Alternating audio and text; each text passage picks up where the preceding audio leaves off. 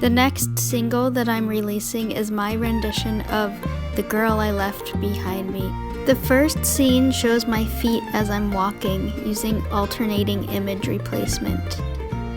The tune under this title dates back to the Elizabethan era and has always been a popular wartime song. It was famous during the Civil War, so I refer to the history of the song by showing myself as a Civil War soldier in the Tennessee countryside war camps, marching with the fiddle and wearing the clown makeup. I'm also using alternating image replacement here as the soldier is walking towards the viewer from far away, so I have duplicates of the image of the walking soldier starting small and then getting bigger that are just going to replace each other in the frame.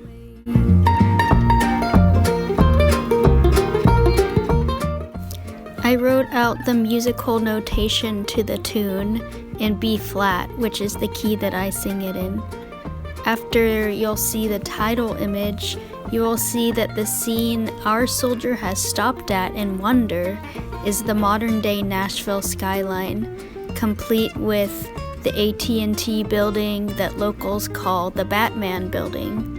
The first time I ever came to Nashville, that was the first thing I noticed about the skyline. One of my favorite vantage points is from a parking lot where a chain link fence stands between you and the skyline. And I thought that modern, crude blockade was a good metaphor for this pivotal scene in the animation.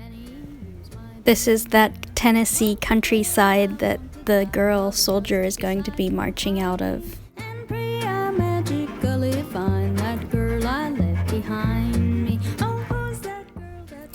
The Batman building on the skyline will be transitioning into the actual Batman, so I'm tracing over the building to draw gradual stages of his transition until he flies away into the night.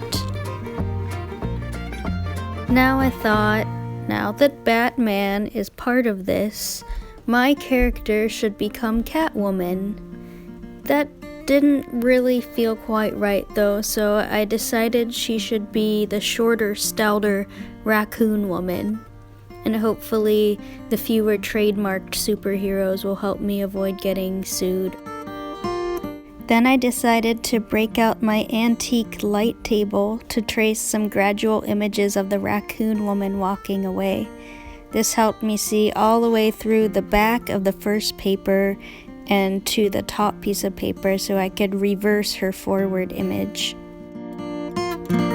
I've always been kind of self-conscious about my line, since I don't smoke and I don't drink, so I decided to show a bunch of smiling bodily organs, happy with that decision of mine, to be cutesy and make light of that line. I had a dream while making this that I was at a party with virtual reality goggles and everyone was so entertained there that they didn't need drugs or alcohol.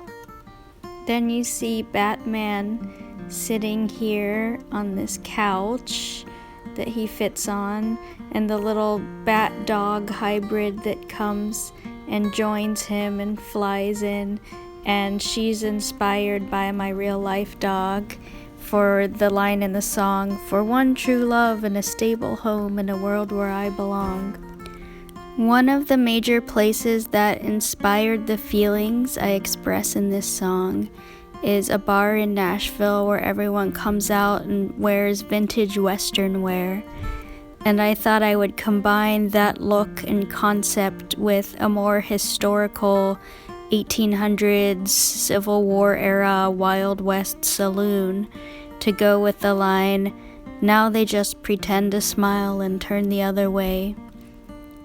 And "they used to beat me up for always making the highest grade" seems to go along with that in the Wild West, old Western film sense of, "This town ain't big enough for the both of us."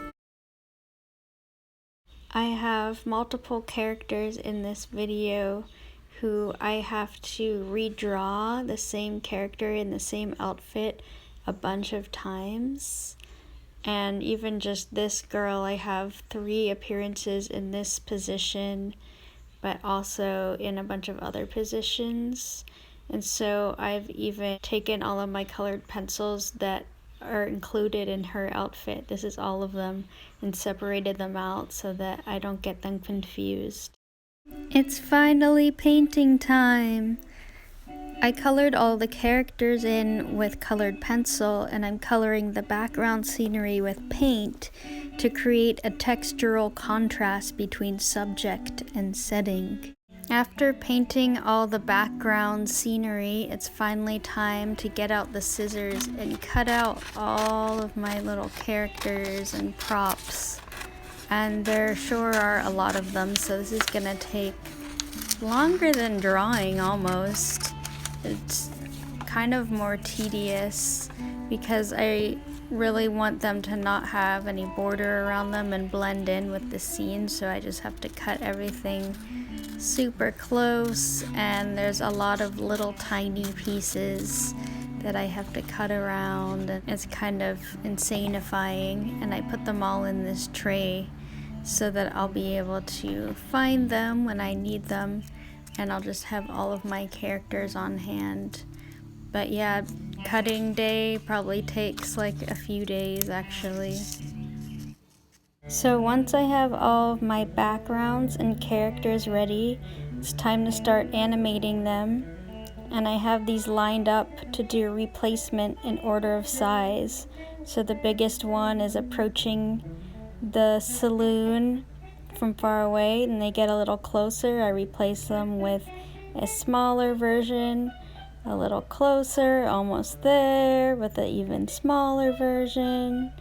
And then finally, when they're all the way up there on the porch, it's the smallest version, and their hand is up to push open those doors.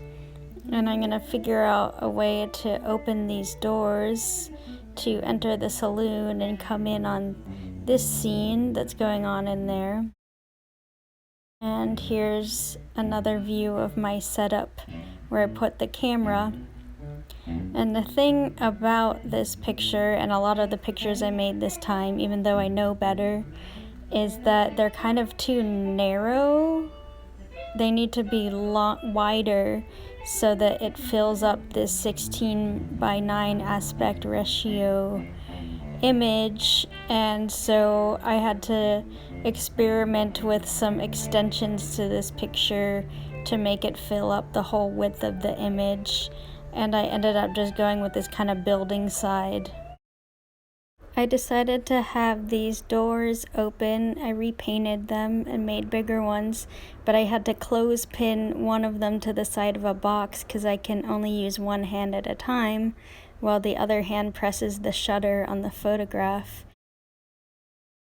I wanted to make some social media content to promote this video. So I took this 1914 violin teaching manual with a beautiful cover and covered the title and did this running horse across it.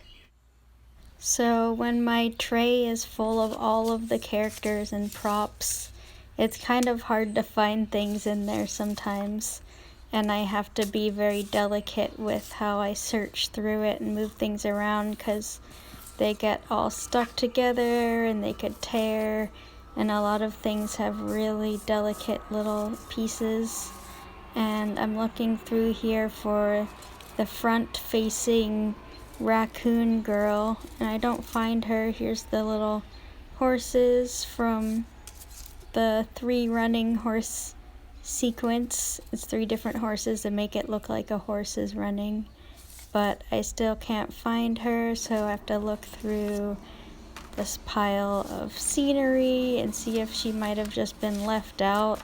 Usually when in doubt, they're on the floor, but here she is, yay! I originally had that black horse silhouette running across just white scenery for a while, and I thought it would be nice and contrasty and everything, but really it was just kind of boring. So I decided that I needed to paint scenery for it, including a background in a desert that goes from running through a bunch of cactuses to running through a bunch of crystals.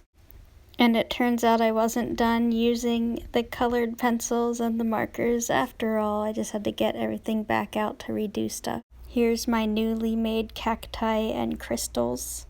And I'm also using that new background to redo the scenes with the unicorn and the fiddle player that it turns into. Those hearts took forever to cut out. I originally had it walking across this old sheet music, but the visual didn't really work. And so here's what it looks like now with the cacti turning into the crystals.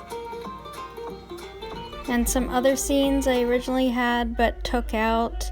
This cell phone going over the old music, which was kind of a cool segue to the next cell phone scene, but I didn't really like it that much. And then the raccoon woman doing virtual reality of the space, I decided to replace with this other background that I had. And when I'm all done making a video, I like to save all of the little characters in this vintage cling wrap photo album that I got used at a craft store. It's really good for organizing everything and keeping it safe without having to stick it to anything.